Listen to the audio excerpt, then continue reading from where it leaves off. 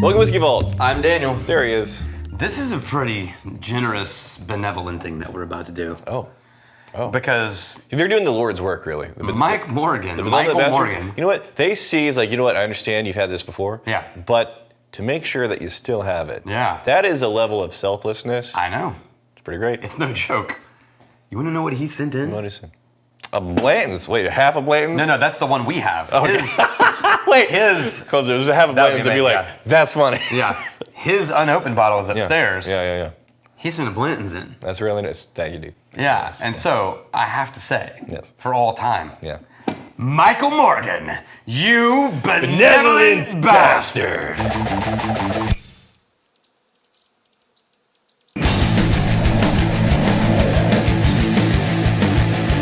This one was from Richard Miro. But Yeah. part of the fun, Daniel, is to see the bottle that they sent on camera. Yeah. So you can't just say like, yeah, it's over there, but here's something somebody else sent. No. It's kind of, No, I did that with the other ones. yeah. But I've never really risk it with I've never Blanton's. really co-signed that. Yeah. And it wasn't until there was half a bottle that you're hanging up. Yeah. Like, well, that's no. You No, gotta have because the thing. I didn't want to risk a full bottle in front of No, you. You gotta put the thing in Because- front of it. But it's not about me. Well, because when I'm done, I have to set it on the floor, and as we all know, That's mine. the floor is The Rex's. floor is infinite dibs. Yeah, look, wow, that's a lot of floor whiskey. It's like, oh, you dropped that, it's mine. It's mine now. M&Ms. Yeah, the shoes. Yeah, crackers. Matter of fact, everything man has ever made is Technically on the floor. and it's mine. This, on the other hand, is also from Michael Morgan, Yeah. who with this whiskey graduates from Magnificent Bastard to Patron Saint. Michael Morgan. You patron saint of whiskey!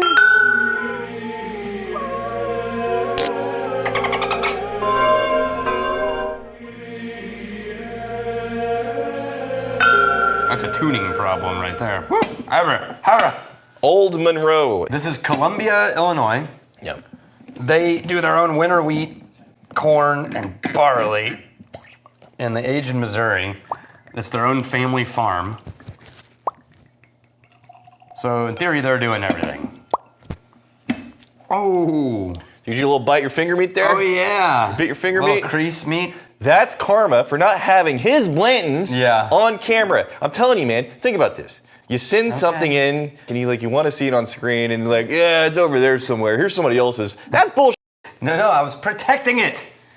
Look, I think he understands the importance of protecting the Blantons In the comments, from the mooch. for the MBs that are generous enough to send something in, they should see it on camera, yeah? Unless you want me to protect it from the mooch. Just keep it off the floor. Just keep it off the floor. It'll be fine.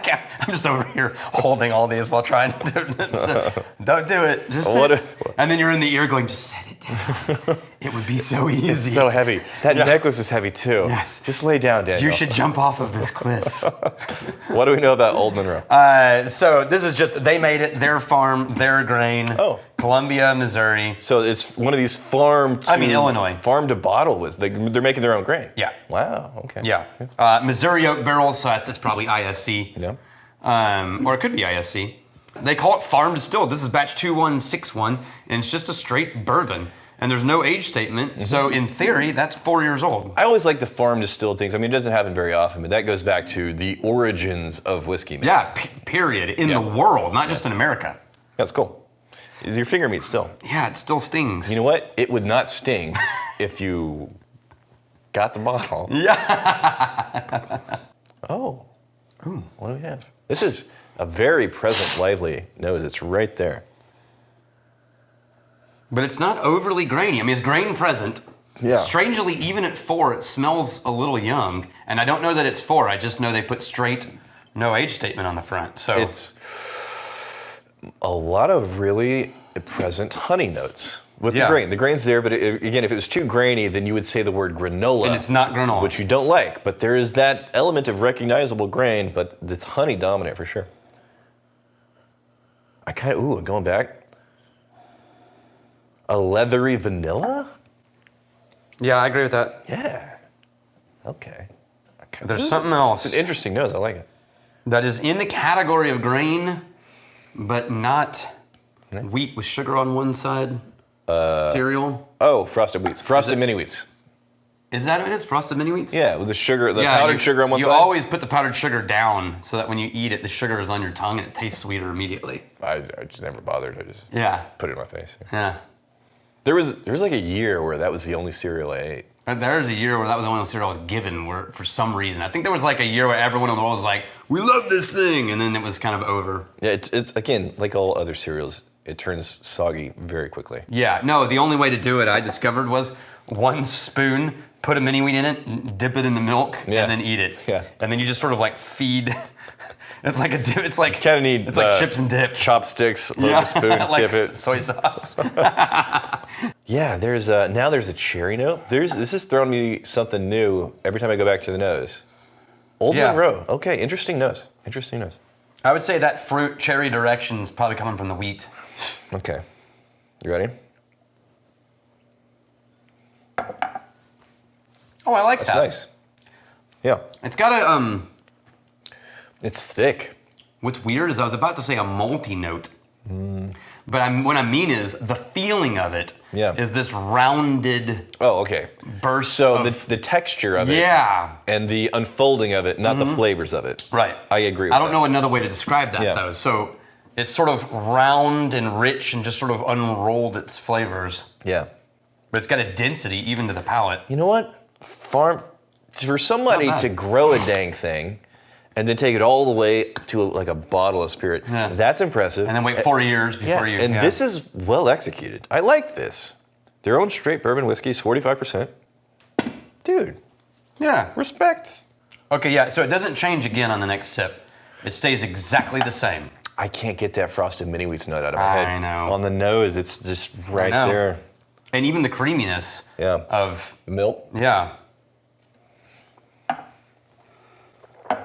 Yeah, it is a thick mouthfeel.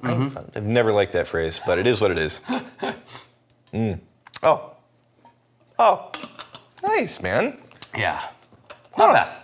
Yeah. I don't know that I would say beyond not bad. I say beyond pretty good. Beyond pretty good. Yeah. I would say pretty dang good. Oh. Yeah. I would say pretty good. No, pretty dang good. On a scale of to it's like, that's pretty good. On a scale of they grew this.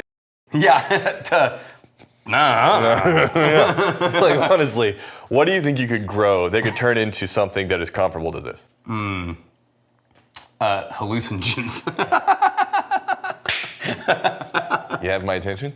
I don't know. I was just trying to think of anything that would have a really dramatic experience. Psilocybin apparently is. Yeah. Daniel went from growing asparagus to shrooms. Shrooms. The nose is getting a little bit more simple for me because I have it with the retronasal. Retronasal. It's the grain is coming forward a little bit more for me. Oh, but now back on the taste. The taste is getting even more interesting. Yeah, it's beautiful. It mixes it up. It's creamy. The creaminess leans more and more towards the front end of the experience instead of showing up on the back. Now it's creamy right on the front. Creamy cherry. Yeah. I gotta dig it. I kind of dig the hell out of that. Pretty dang good. Northwest Small Batch Brewing. Would love a video on bourbon for single malt Scotch drinkers. Yeah. Is there bourbon that you think a Scotch drinker would like?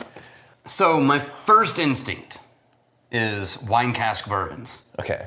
Like Angel's Envy, a port cask bourbon, the Starlight Distillery, the sherry. Oh, Starlight. Yeah, Starlight's great. Yeah. But that's my first instinct. My first instinct is wine finished bourbons. They're very different. But is there another option? Though. They're very different categories. Yeah. Huh. It could be. Basically, in my experience, here's what I will say. In my experience, the thing that Scotch drinkers like that turns them away from bourbon is bourbon's aggressive tannin and the oak woodiness. impact. It's the new oak, Any bourbon that has a softened tannin, softened oak, I think is a good crossover. So maybe there's a half step with American single malt.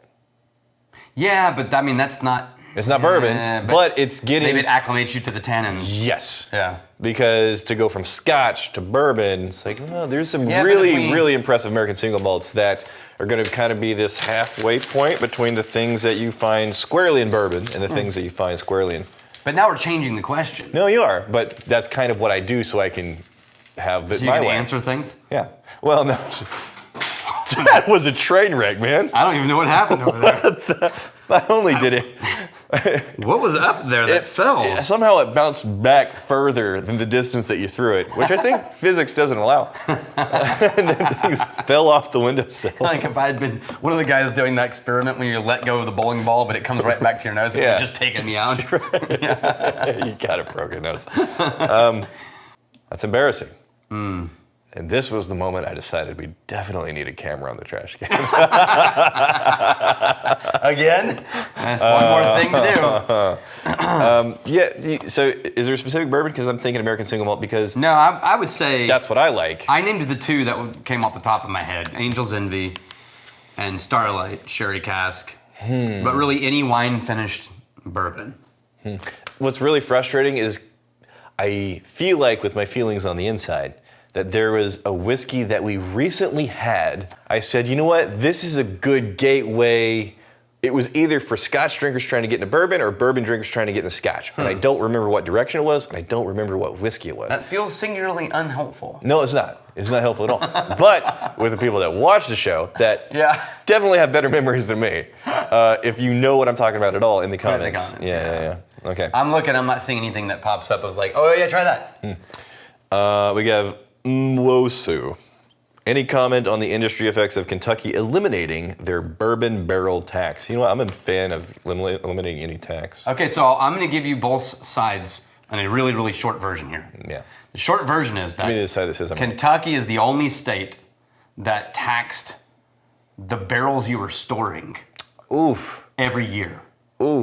It led to So you think we're going to get some longer age statement? $1 billion of money over years of sitting, right? Maybe we get longer So age if you have a statements. 10, 15-year-old barrel, you've paid state tax on it every single year. Yeah. Now, we also do in Texas, but not the same way. We don't have to report barrels and per barrel, but we do have to pay a property tax that includes assets. Yeah. And our stored barrels are considered part of our asset evaluation. Question. But it's very flexible. Do you know in Kentucky, the stored barrel thing, because angel share is for real. Yeah. Like there's some barrels you get in there and the angel share so aggressive. It's not accounting for angel share. Not accounting for angel share. No. Holy hell. So you could open up a barrel after be empty. 8 years. Yeah. And you've been paying taxes on this pig and there's nothing in there. Right.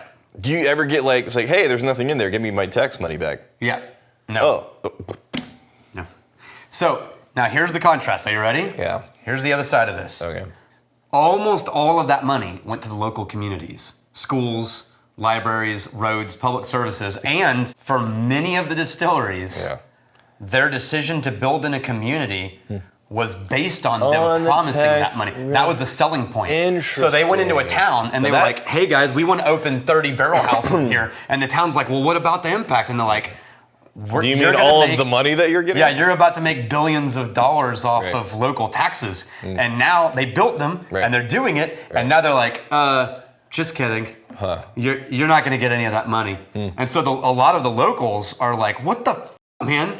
That was literally a part of our agreement and why we signed off on you guys building here. Yeah.